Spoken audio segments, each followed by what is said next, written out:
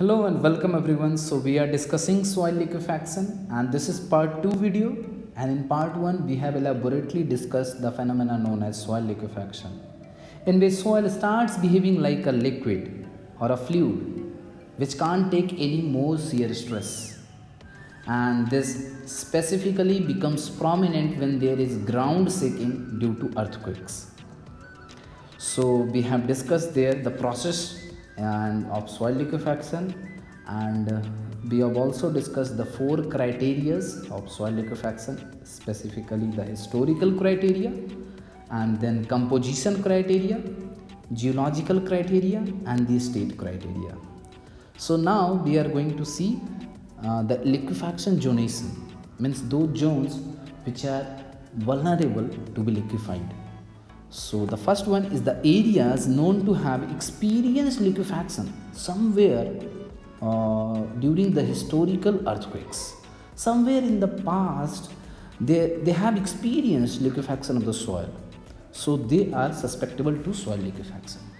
Similarly, there are the areas of uncompacted artificial fill. The fill is not done naturally here. Most of the fill is done artificially only, and even after doing artificial filling it is uncompacted, and due to uncompaction there is lot of looseness in the soil, less density is there, and there is chance of high saturation there, okay, due to presence of water in the soil's pores. So those soils are also susceptible for liquefaction zonation, okay. And the third is the area where sufficient existing geotechnical data and analysis indicates that soils are potentially liquefiable. Geotechnical data can be either how the formation of the soil has happened, either it is the sedimentation process has happened, or the what is the history, or what are the data. Data means the state of the soil at that time, okay. So next is the effect of liquefaction. So what is the effect when soil gets liquefied? So we are continuously discussing on the same thing again and again, just to impart this into the mind that liquefaction causes the loss of support to the building foundations, and the liquefied soil under that weight is forced into any cracks. So if this is my building foundation, okay, and if there are few cracks, okay, in this, there can be any cracks, several cracks or crevasses, you can see this crevasses or cracks in the building or any RCC structure nearby. So the liquefied soil, if this is the liquid soil, then this liquefied soil under that weight, what it will happen, it will experience a pressure. So under that weight it is forced to enter into any cracks or crevasses it can find, and it will enter into those cracks, including those in the dry soil above or the cracks between the concrete slab. So it can enter into the cracks between the concrete slabs or the joints, or it can even come out from the dry soil. If this is the dry soil, okay, so from here also it can come here, and this process we will discuss in the next slide as the soil boiling or quicksand condition, okay. Next effect of liquefaction is the settlement. This is basically differential settlement of the ground surface due to the loss of soil from underground. So this, when this liquid soil, okay, if this much is the liquid soil and this comes out from this place, so naturally the structure will go down, okay, and the structure will come to this like this, the structure will become like this, okay. So this is called differential settlement, all right. So what is this soil boils and quicksand condition? As I was discussing, when the liquefied soils comes out from the dry sand or dry soil around a structure. So soil boils and quicksand are almost similar condition, and in this condition these are the secondary type of liquefaction. Okay, they are not the primary type of liquefaction, they are secondary type of liquefaction, and they normally occurs in the upper layer. Okay, and it is not caused by ground motions. So as I have said, these are not because of the earthquake, they are not the effects due to the earthquake or ground shaking, but rather by liquefaction of underlying layers. Sometimes what happens, due to some other reasons also, liquefaction of underlying layers can happen. Just like you can see, this layer is clay here. Okay, and this clay layer is above trapped water interlayer, and when both of these layers becomes almost combined by the change in the stress due to the upper overlying layers, that is the sand. Okay, here, and due to that there is change in a stress level, and that cause liquefaction somehow or other. So this soil, liquefied soil, comes out from the sand, upper sand layer. Okay, so this condition is known as soil boils or quicksand condition. Here in quicksand, what happens, it consists of fine granular material such as sand, silt or clay and water. There are no gravel as such, and it forms in saturated loose sand when the sand is suddenly agitated. Whenever sand is suddenly agitated due to some reason, and there is presence of water there. So two conditions are there. One is the saturated loose sand, one condition is this, saturation is there and the sand is loose. Second condition is that sand is suddenly agitated. Then this is the phenomena which can happen specifically. And when water in the sand cannot escape, so it will find some way or other to come out. So it creates a liquefied soil that loses strength and cannot support any more weight. Okay, now something which cannot take any weight, now it will try to move away from that situation. Okay, if some person is not ready to work in a company, or is not ready to take any more load or pressure in a situation, he will try to escape that situation. So the same thing happens here. The upward flow of water from underlying liquefied layers may well be cause of the surface manifestation of liquefaction, such as sand boils. So sand boils occurs there because there is upward flow of this liquefied soil, and here the water looks like it is boiling up from the bed of sand. So this quicksand can be a cause of death for the animals or any living entity who is sucked into that situation, struck into that situation, and it really sucked the people inside. And the more one tries to resist, or the more one try to free himself, come out him, the more he goes inside. So it's really a difficult situation to imagine what happens then. So the near surface soils are most likely to become liquefied by upward flow of water from lower layers of liquefied soil, that they are from the direct effects of earthquake shaking or applied dynamic loading. So the near surface soils are also having the potential to be liquefied, because it's showing, the history is showing that the soil is being liquefied. So if in case the earthquake shaking happens or any dynamic loading is applied, there are chances of soil liquefaction. So what are the mitigations of liquefaction hazards? Soil liquefaction hazards can be mitigated by three major mitigation factors. One is the avoid all that soils which are susceptible to liquefaction. Second one is to build liquefaction restraint structures, and the third one is to improve the soils prone to liquefaction. पहला तो reason है कि जिसमें हमने पूरा का पूरा avoid ही कर दिया ऐसे जगह पे स्ट्रक्चर बनाना जहाँ पे सॉइल लिक्विफाई कर सकता है। दूसरा कंडीशन है, अगर हमें स्ट्रक्चर बनाना ही पड़ रहा है तो हम दूसरा और तीसरे को फॉलो करें। दूसरा क्या है, हमारा स्ट्रक्चर लिक्विफैक्शन रिस्ट्रेंट हो और जो सॉइल है उसको इम्प्रूव करें, improve the soil properties which is prone to liquefaction. तो ठीक है, so the first case is very easy, we just avoid the soil which are susceptible to be liquefied and this can be checked or analyzed by using historical, geological, state and compositional criteria characterize the soil condition. Is the soil susceptible to be liquefied? So that soil is certainly unsuitable for the desired structure that we are going to make over it in the future. Next is the criteria, next mitigation factor is that build a structure which is liquefaction restraint.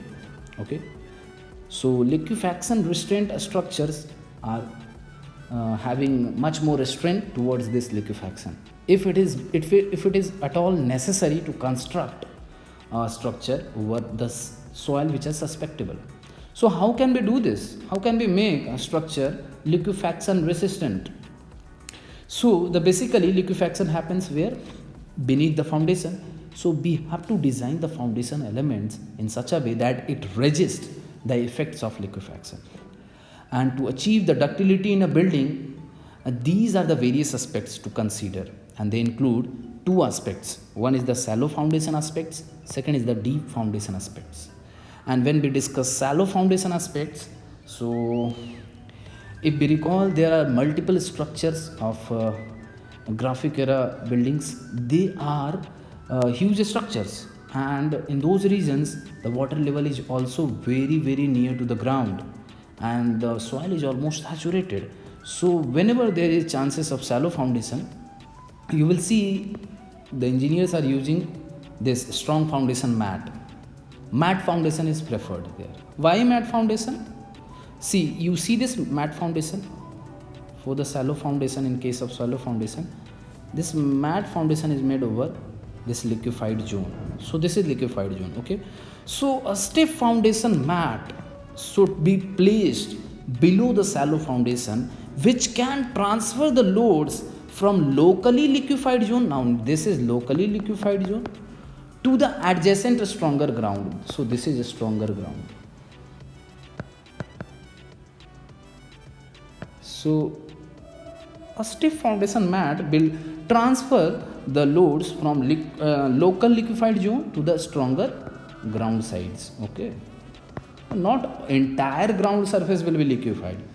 Liquefaction can happen anywhere at any local place. Okay, so that place may not take any shear stress, but the shear stress will be distributed, or the vertical load will be distributed to a stronger ground.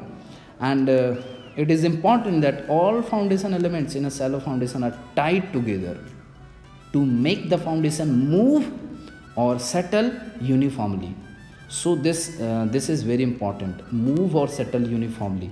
So if it has to settle, then the entire foundation will settle uniformly. Okay, there should not be non-uniform or differential settlement. There is uniform settlement. And if it has to move at all, then what happens? If it has to move, then it can move by delta x uniformly. Okay, or if it has to go down only, then delta y uniformly, thus decreasing the amount of shear forces induced in the structural elements resting upon the foundation. Next is the deep foundation aspects. Now if you see, there is artificial fill here made. Okay, this is the artificial fill, and this artificial fill is made over a liquefied layer. Now this layer has liquefied at all, and below this is the stiff layer. And what happens if we make a deep foundation? These are the piles, and in the piles there are two locations. One is this location, one is this location. These two locations will face high bending moment. Now why high bending moment? Because liquefied layer tries to move. So when they try to move, the upper layer, that is the artificial fill layer, will also try to move over this or float over this liquefied layer. So when it will float, the structure will also float over this liquefied layer. So what happens on the deeper foundations or the piles? Pile is deformed like this. It is straight till this, then it bends like this, and then it is straight in this stiff layer. So these are the two locations. Okay, these two locations are the high bending moments. So these two locations has to be made very strong, very strong. Or we can provide one more thing, that is the lateral beams here. Okay, lateral beams or lateral stiffness here. Okay, or some bracing has to be made, some bracings, X bracing, K bracing, Z bracing, like that. Some bracing, concrete elements only, RC elements only. So bracing has to be done in this zone. So liquefaction can cause large lateral loads on pile foundation. Piles driven through a weak potential liquefied soil layer to a stronger layer not only have to carry the vertical loads, vertical load is coming,